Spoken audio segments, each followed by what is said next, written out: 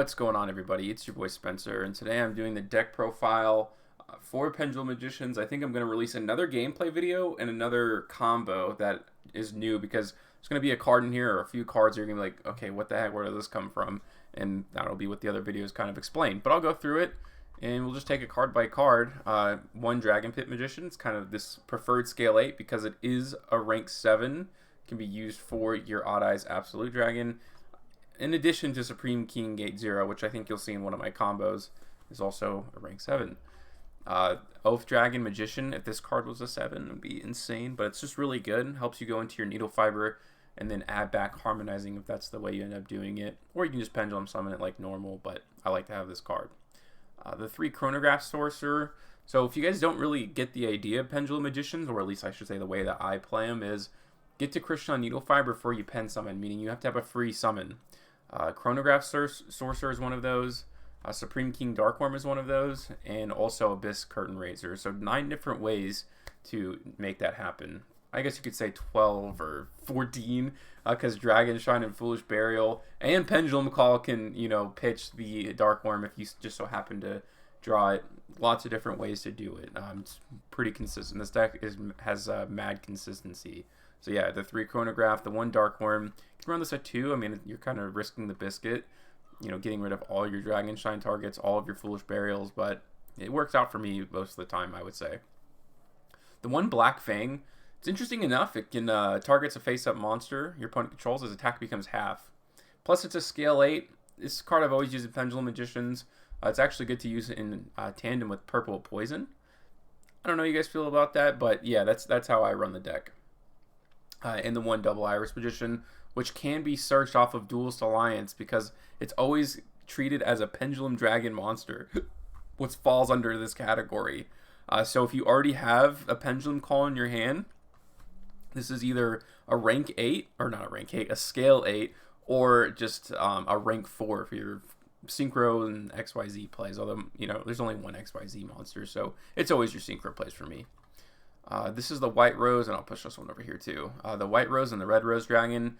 They're darks, which is super important. They're good.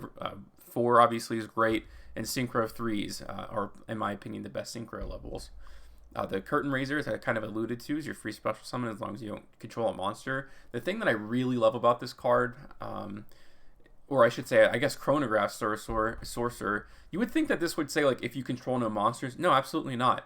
You can activate this and destroy it. So if you have 2 of these, then you can use Curtain Raiser effect, special summon itself, and then you just pop this bad boy. Another great thing about these 2 cards as well, keep in mind, is Duelist Alliance. You don't want to force yourself to put in a non-magician scale. Sometimes you have to with Supreme King Gate 0. That's always a possibility. But you'd always prefer to have Oath Dragon and Dragon Pit. And meaning, like, this kind of, it could be awkward to use Duelist Alliance. So if you happen to open up both of these, put the Chronograph Sorcerer in your scale, activate Duelist Alliance to grab Pendulum Call, and then you can special summon, and then you can just go from there, which is really, really awesome. The 3 Harmonizing Magician, it's your play starter, it's the best card in the deck, no debate. There's no debating. Time Gazer Magician, just the one of, it's not actually all that bricky. It's nice to Pendulum Summon. It's not a bad scale, 8. There's a lot of 8s. So if you are going to destroy one of your scales, or you have to, probably want to do it on that end because your lower scales are pretty limited to Supreme King Gate 0 and Oath Dragon and Poison. That's just kind of how the deck works out. The Phantom Knights of Silent Boots. So I do run Rusty in this deck, as I'm sure you can tell here. It's really good. Two Fog Blades is what it equals. And it's good for Allure of Darkness targets. It's actually good target for Pendulum Call too. I think one of the replays I'm going to show you in a different video today, you'll see that exact interaction. And the 3 Toon Magician, it's kind of your play starter, special summon itself, and it's really good.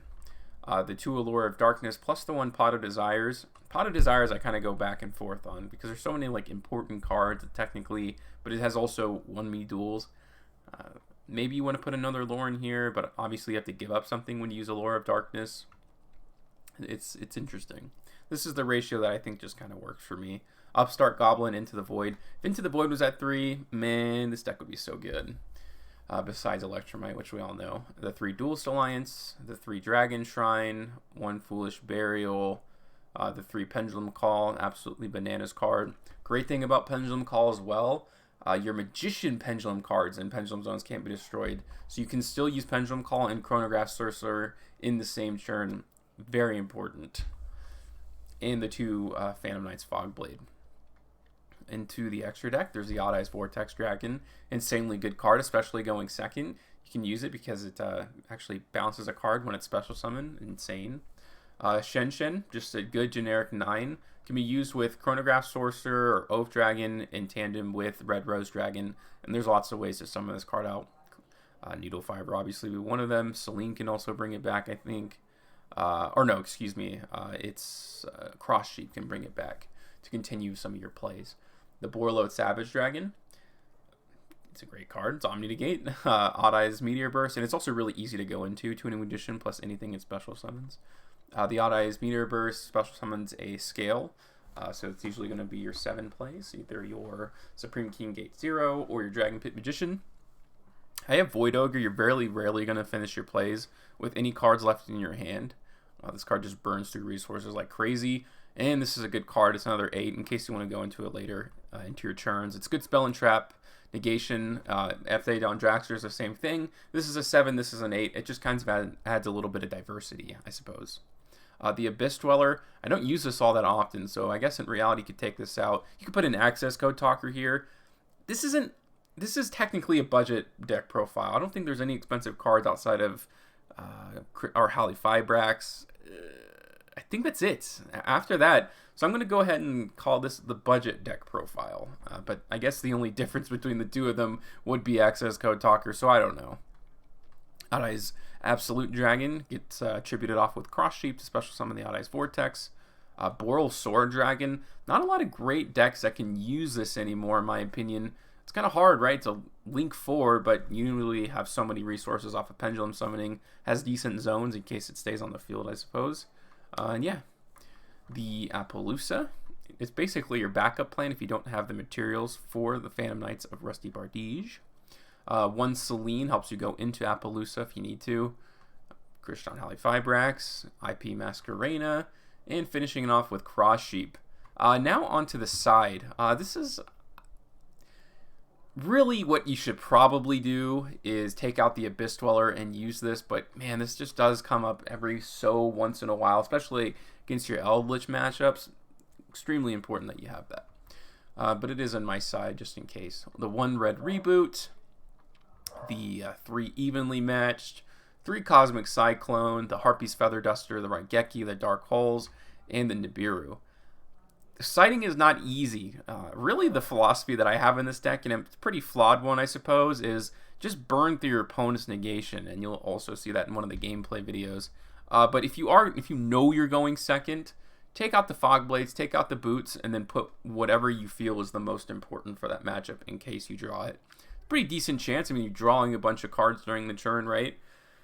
And the great thing about it is, and I think it increases your chance significantly, is like to draw, what I mean is to draw into these is because Chronograph Sorcerer puts 1 less card out of your deck, right? Dragon Shrine sends 1, so that's 1 less card, and when it special summons itself, it searches the gate 0, so you're digging a little deeper here. You can also Foolish Burial, like if you want to Foolish Burial the Phantom Knights of Silent Boots, and then activate all of your draw cards, and then that could go into a Duelist Alliance, or whatever the case may be. So yes, you can only run technically 3 hand traps. And I don't know where else you would take them out. You really do need all your Pendulum cards to make this work. So that's just how I make the deck. So it's just kind of my opinion. But yeah, that's the deck profile today. Be sure to look out for the other 2 videos, combo and gameplay. But that's going to do it. I hope you guys have an absolutely wonderful night. Thanks for watching.